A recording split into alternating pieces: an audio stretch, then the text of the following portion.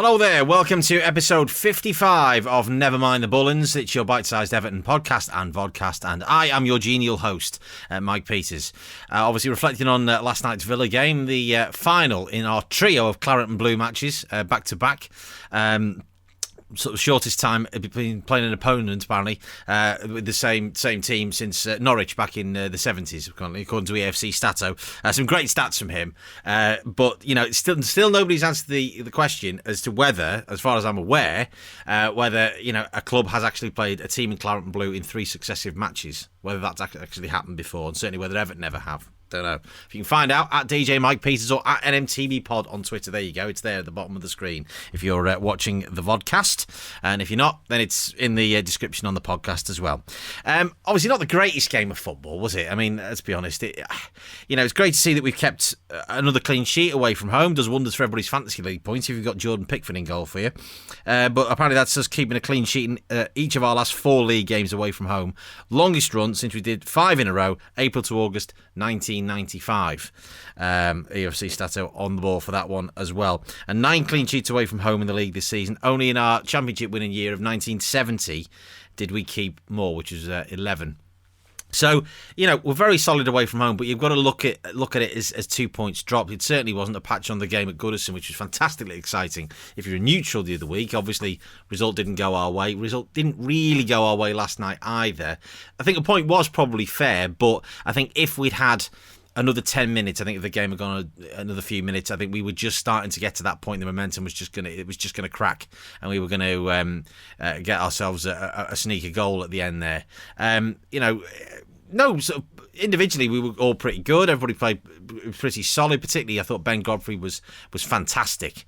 It's his decision making and his pace, and it's his thought processes that I really think are just wonderful. Are going to mark him out. To me, he's a future Everton captain. I don't think there's any question about that at all. But you just got to think, actually, in the context of where we are in the season, how badly do we need those points? Particularly with then Liverpool going to Manchester United and winning later on Thursday evening. So, you know, still 3 games to go, 9 points up for grabs. Obviously, City is, I mean, who knows what type of team that City are going to put out with the Champions League final sort of following that. You'd have to imagine they would try and hold a few players back, given that they've now obviously secured the league. There's no need for them to put players at unnecessary risk. So that would give us a chance of winning a game at the Etihad. That said, of course, they will have fans back at the Etihad for the first time since last March. So, you know, that will make a difference to them. Obviously, Sheffield United coming up Sunday night. We've got to get 3 points at home. There is no question that's a must-win. But you're just thinking, those 2 points are absolutely massive. Yeah, we've gone back above Arsenal, but you're just seeing that door into Europe just closing a little bit with each sort of missed results. You know, the light at the end of the tunnel sort of getting a little bit further away, which is is disappointing, because I think, given, albeit we've obviously been inconsistent at times and we've let some really sloppy points drop, you know, obviously we don't need to go into all of that again. But you actually have to say that is not getting into Europe this season a failure.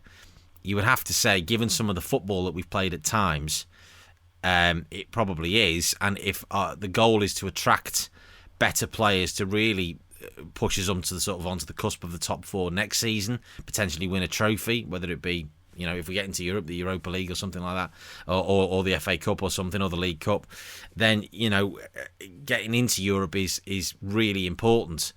And obviously there is a lot of talk within the club about, obviously, you know, really clearing the decks in terms of those players in the under-23s, where we've won the under-23s league title a couple of times in the last few years, but how many of them have gone on to step into the first team? And it's not many. In fact, I don't think it's any, is it? I mean, other than probably Tom Davis. Anthony Gordon obviously has been in, gone out again, and to Preston on loan, which hasn't gone that well for him, through no fault of his own, just because of the situation that Preston found themselves in. So hopefully he will come back in next season. I don't think there's any question about that. And, you know, they're giving him a 5-year contract, so obviously we do see something in him. There's no doubt about that. But obviously the idea is to try and recruit younger players, more of the sort of the Niels and Concu type of player, from Europe, that is young and raw and that we can put into the academy setup, which of course has lost Francis Jeffers this week as he's disappeared off to Ipswich. We wish him well, of course, but there's a whole groundswell of players that need to be recruited, not only for the first team, to really strengthen that. We all know the positions that need to be strengthened there, and where we need to have more strength in depth, but also in the academy setup as well, to really develop players to come into the first team and really challenge the established pros. So it's nice to sort of, now we're getting towards the end of the season. There's only a week left of the league season, to sort of speculate on that, so feel free to. I'm sure we'll get into more transfer speculation in the summer editions of this podcast. Obviously, it won't be as infrequent, but now seems an opportune moment to sort of discuss it. And the plan is that obviously there will be editions through the close season, probably maybe once a fortnight, but we are going to try and do some specials as well, some interviews with some Everton-related luminaries, journalists, fans, etc., celebrity fans, and all the rest of it. So hopefully they'll come off, but we'll keep you informed as to them as they happen, and as they're sort of due to be happen and be confirmed, and all the rest of it. But returning to the Villa game, as well as Ben Godfrey playing well, I thought Andre Gomez did well when he came on for half an hour. I wonder with Andre, I think we've discussed him many times on this podcast about what is his role, because that player that we saw in his loan season from Barcelona was just fantastic, and he's just never hit those heights again. One goal in 3 years now is just not good enough for a player of his calibre. There's no two ways about it. He's flattered to deceive at times this season. There's times he's been good. Last night he was good off the bench and he made a difference. Is that to be his role going forward? And can we afford to have a £25 player as an impact player off the bench? Now, you can argue that if we're trying to sort of compete with the elite of the Premier League and really compete with them for the first time, then actually that's the strength in depth that they have. So therefore we need to be punching at that level.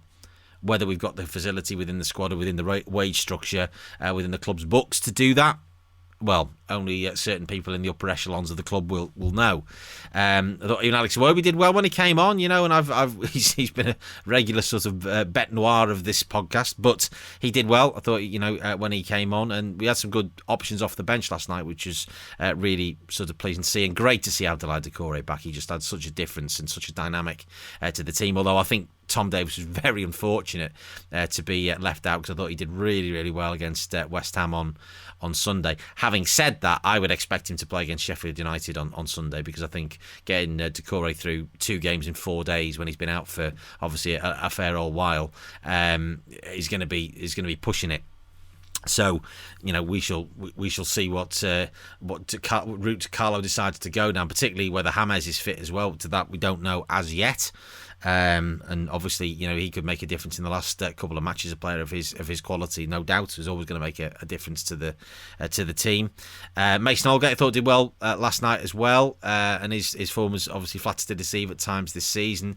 But you do wonder with certain players how many of those 11 that started last night are going to be there next season. You'd have to say probably certainly 8 or 9, but we need to be able to keep the Richarlisons of this world and be in Europe to enable us to do that, because that has been a rumbling for since last summer that Carlo's asked him to give Everton time, and Richarlison accepted that, and he does look happy. I don't think there's any question that he's not happy at Goodison, but I'm sure the big fish of European football will be sniffing around the likes of him and Dominic Calvert-Lewin and so on and so forth, even Luca Dean as well. They are absolutely crucial players that we need to keep in the squad for next season if we're really going to kind of push on. So 3 games, 9 points, all to play for, no question about it. There will be twists and turns, of course.